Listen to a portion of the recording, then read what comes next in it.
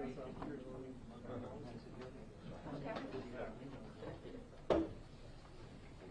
you call that up, please? Hey, sorry about that, guys. We got emergency notification.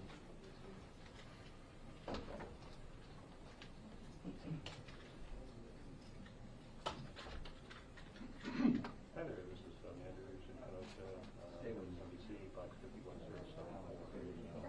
Yeah, it's just like stop line.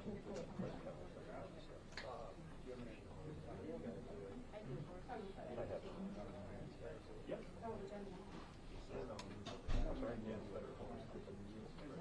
I think it's 64. It's probably weird. So that's sure. 5107.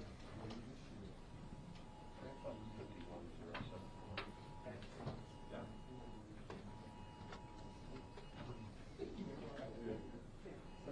I'll be able to see. Yes,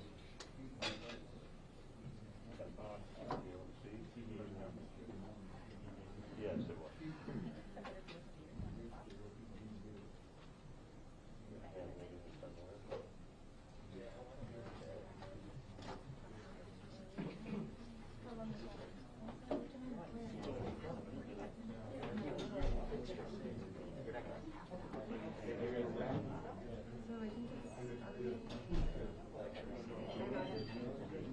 I'm not live. I think I got you.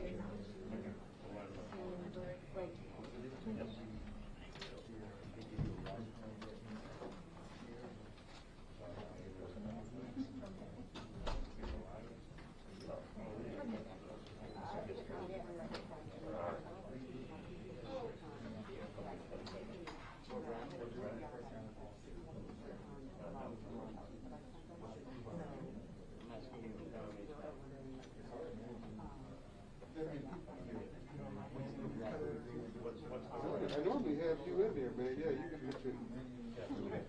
I didn't think you were Let's say I try it. You notice me kind of going like this.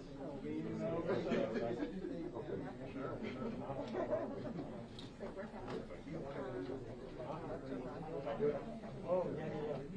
I'll try. Okay. Do they have you? They're here. I'm having some trouble with the connection. Please try again in a moment. Okay.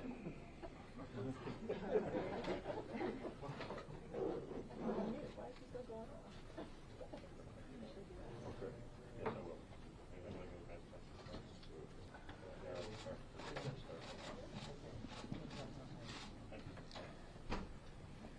Good afternoon, everybody. I'm pleased to be here. Governor Tony Evers, and with me is Lieutenant Governor Mandela Barnes, along with Paul Knapp, who is Adjutant General of the Wisconsin National Guard.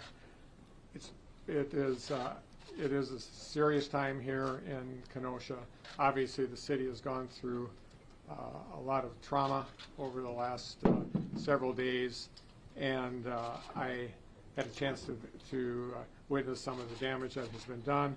But the thing that gives me extraordinary hope is the 1,000 people from Kenosha area who are volunteering as we speak to bring water to workers, to paint, do great paintings and spruce up the uptown area. It gives me great hope because at the end of the day, when this is over, the people of Kenosha are ready to make lives better, and they're already beginning in that process. And so I feel very confident about where we're going, but the confidence does not come from Madison or Washington, D.C. It comes from the great people that inhabit this city.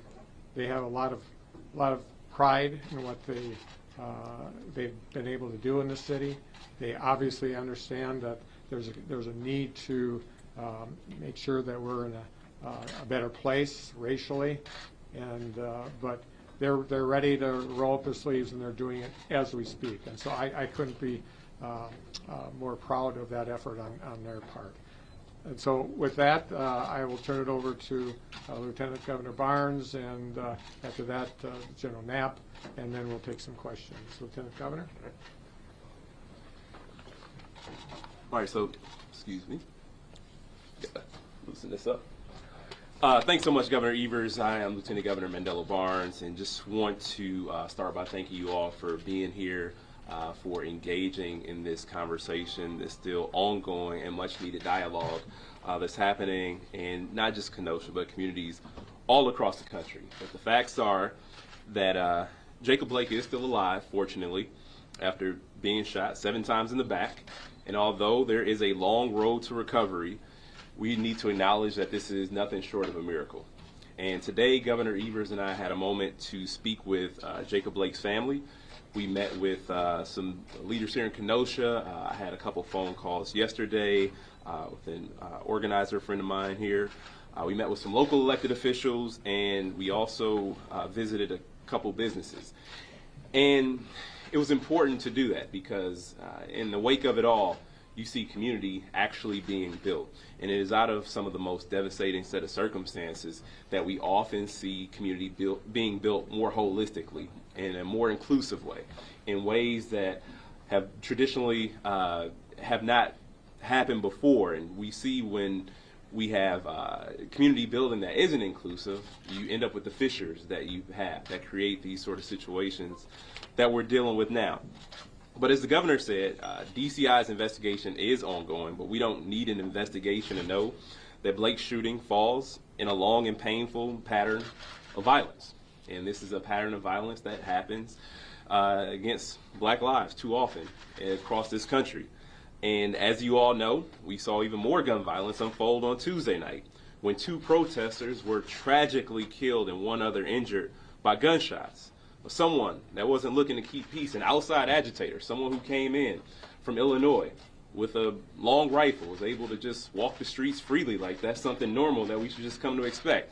Let me tell you, that's not anything normal. We shouldn't come to expect it. We shouldn't accept it. Because what do you think is going to happen if you have an agitated man with a long gun walking down the streets thinking that he's some sort of peacekeeper? And that kind of behavior shouldn't be enabled either. And we have to deal with the devastating results of that. We saw that happen in Louisville already. We saw it happen in Charlottesville when somebody ran their vehicle into protesters and Heather Heyer was killed. Now, Kenosha, Wisconsin is also home to that sort of tragic scene. We have to not ever want to see that happen again. And I say we have to want because we truly have to have that desire. We truly have to work towards that not becoming the reality of our state. It was painful. It was tough waking up Wednesday. And to see that news, the first thing I woke up to, or the text that I woke up to, it was a friend of mine that said that she was struggling with how to deal with it. I didn't even know what she was talking about. And for some reason, I was up really, really early in the morning. But that was the news that I woke up to. It was the news that so many other people in this community woke up to, a community that's still already reeling from a tragedy. Our broader Wisconsin community continues to reel in from this tragedy. People who are protesting against systemic injustice and violence, people are out there because they want to save this nation. They want to correct the mistakes that have been made over time, many mistakes that have been made before most, if not every protester was even born. And if we don't want to correct those mistakes, if we fail to correct those mistakes, the problems we deal with going forward are going to be nothing, or excuse me, what we're dealing with now will be nothing compared to what we'll deal with down the line. We have to bring about this change because it's desperately needed. But people need to be able to do so without fear of losing their own lives. And so thankfully this morning, we didn't wake up to that same sort of news. There was the news about tragedy in Kenosha. And we can't afford for that to change tonight or any other night for that matter. That means leaders at every level, elected leaders, community leaders, faith leaders, law enforcement. Everybody has to recognize the pain of those who are protesting and have to do everything in their power to work to call out, but not just call out. If you have the power to do more than call out, you should do more than call it out. You should do what you have to do to end systemic racism and the systemic violence that happens every day in this city, in the state, in the country, all over. And then we all have to work to bring our communities together the way that you see it happening downtown right now. And we have to come together and rebuild those broken systems. But I do believe that we can do it. I wouldn't be sitting here talking to you today. This didn't just happen after the Jacob Blake incident. It didn't just happen after George Floyd. This is ongoing. That's one of the reasons why I decided to run for office, because I believe that better was possible. And I hope that everybody in this room also believes that we can do more, because we all have a role to play. Members of the media as well. You have a responsibility to report the facts, report the truth, and make sure that people are educated, and to make sure that things aren't swept under the rug, that make sure that things aren't hidden under a cloak of secrecy, especially as more institutions continue to damage communities. We all deserve more. We all want more. And I know that Kenosha and Wisconsin will get through this. But the only way we're going to get through this, if we get through it together. This great city and this state will endure. And with that said, I am going to hand it over to General Knapp. Thank you.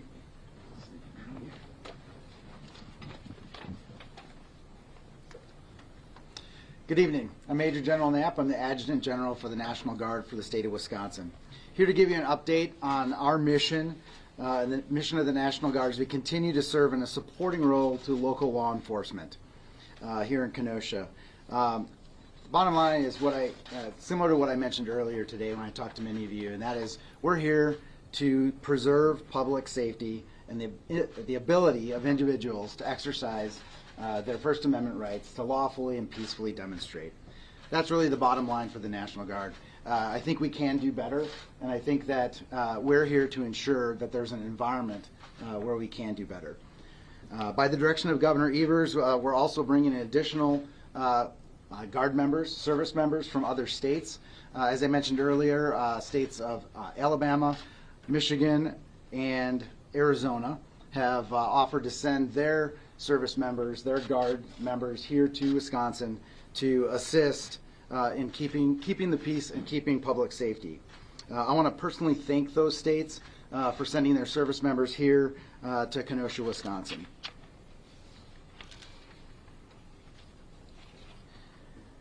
I also want to reiterate that whether it's the Guard members coming in from other states or the National Guard here, the Wisconsin National Guard, we are not federalized. We're on state active duty. The soldiers and airmen coming in from other states will be under my command as the Adjutant General, and ultimately under the direction of our Commander-in-Chief, Governor Evers.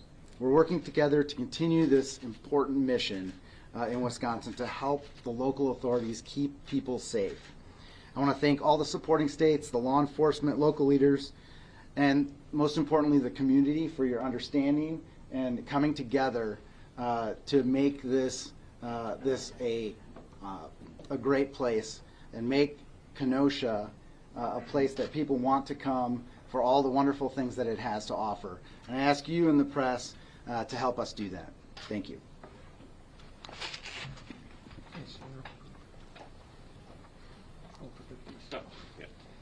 Okay, with that, we'll entertain any questions you might have. Yes, ma'am. Governor, the Sun-Times is reporting that Jacob Blake is handcuffed to his hospital bed. Does that concern you? Hell yes. I would have no personal understanding why that would be necessary.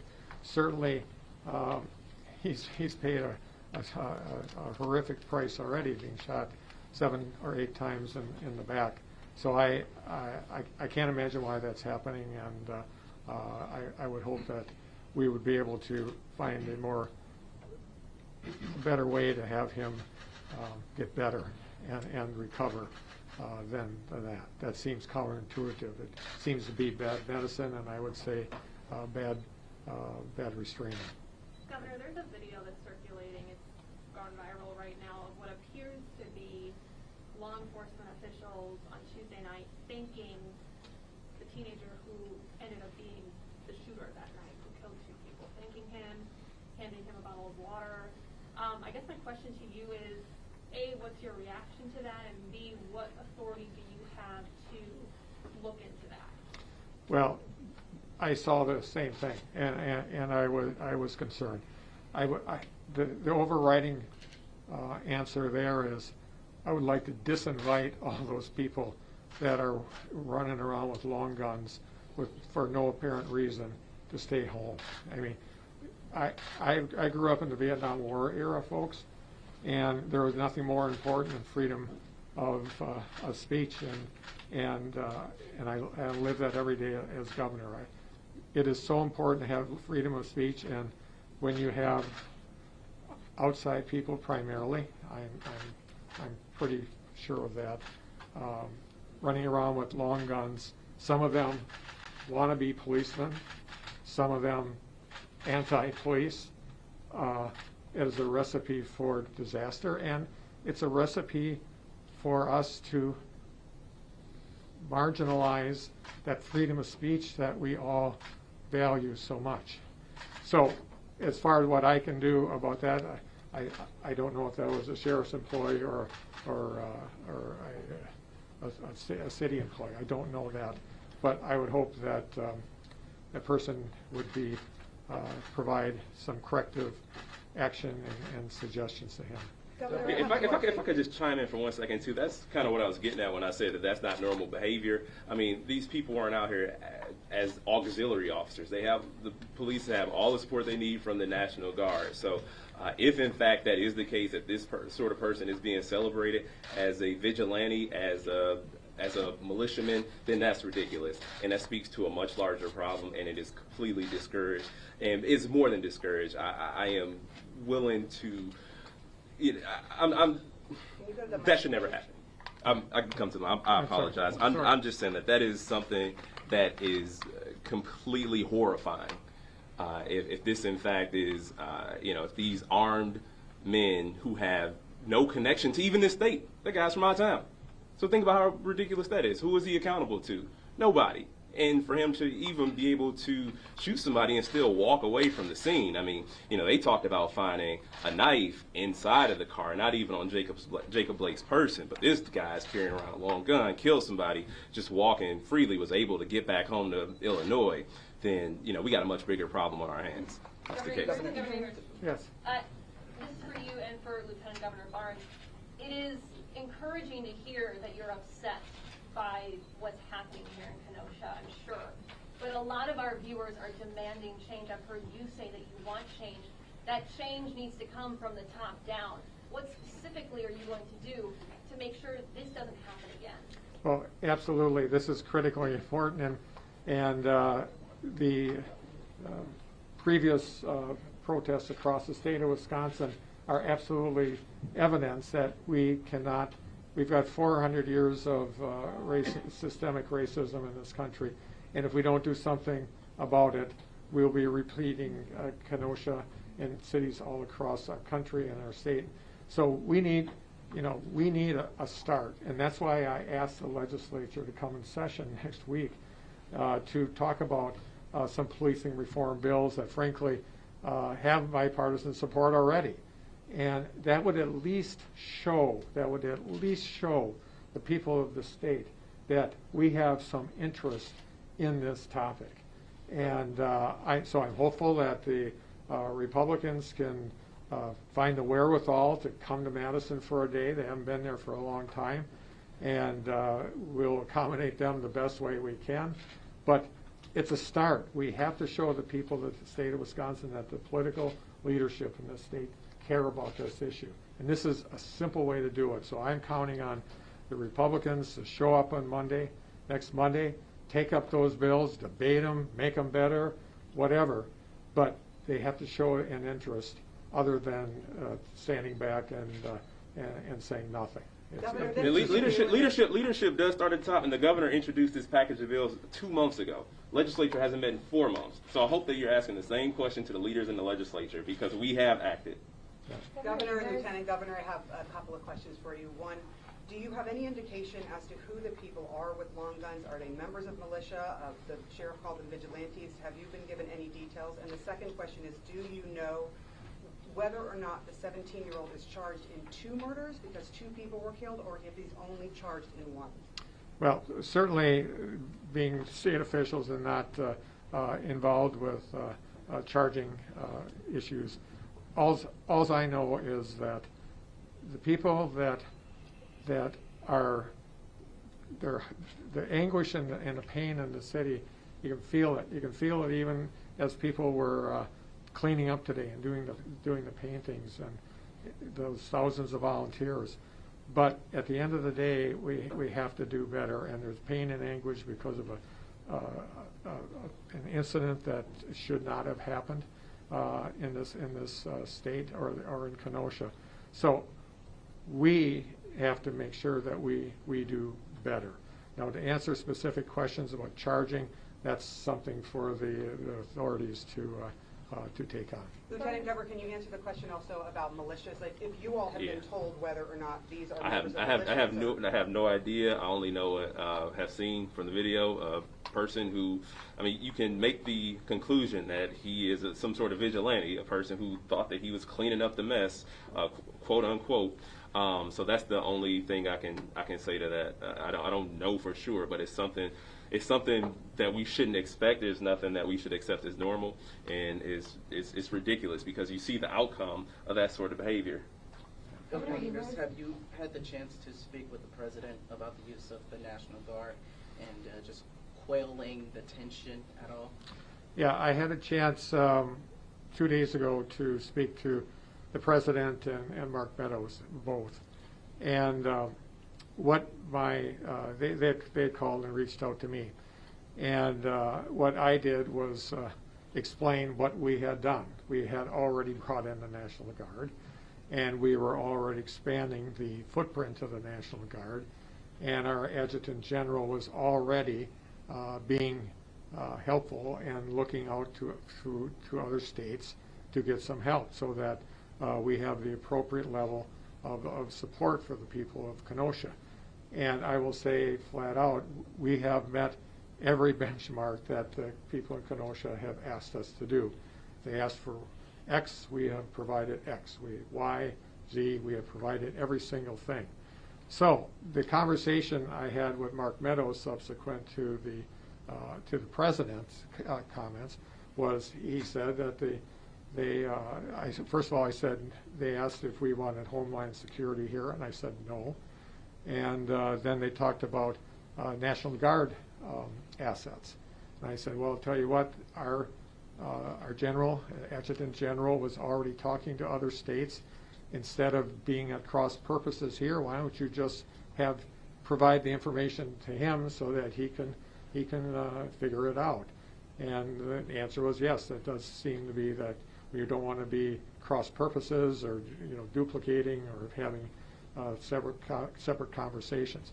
The fact of the matter is that the assignment of National Guard troops is a state prerogative, and so they provided that information to the Adjutant General, and here we are. So that was the sum total of the conversations. Governor Evers, yes, hi. This all started, the unrest started, I think, on Sunday night.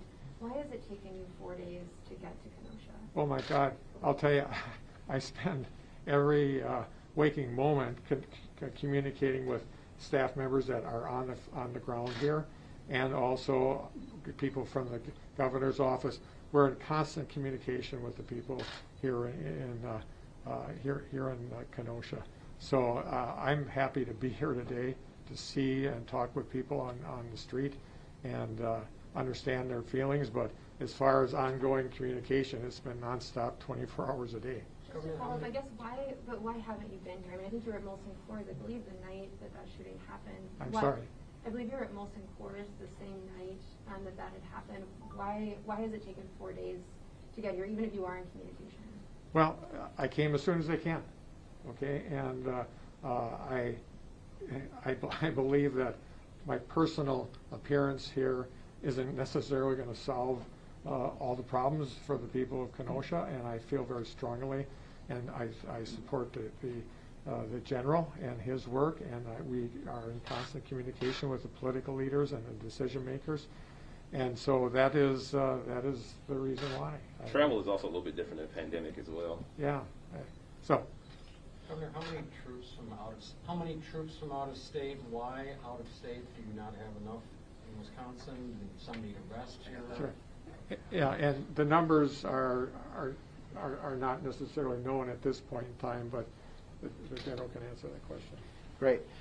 Yes, so first, I'll ask your second part, or answer that first. So the second part was why go out of state, and one of the reasons is each state has a certain number of military police quick reaction force soldiers that are trained in the type of operation that we're doing here in Kenosha. So we have that, a quick reaction force, 125 soldiers, and they're already here.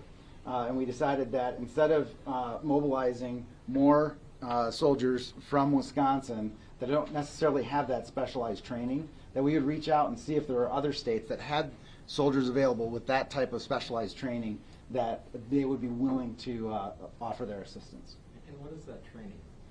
So that's crowd control using it's civil disturbance operations is a general the general description of it, but it's basically operating in the environment that we had here in Kenosha a few nights ago.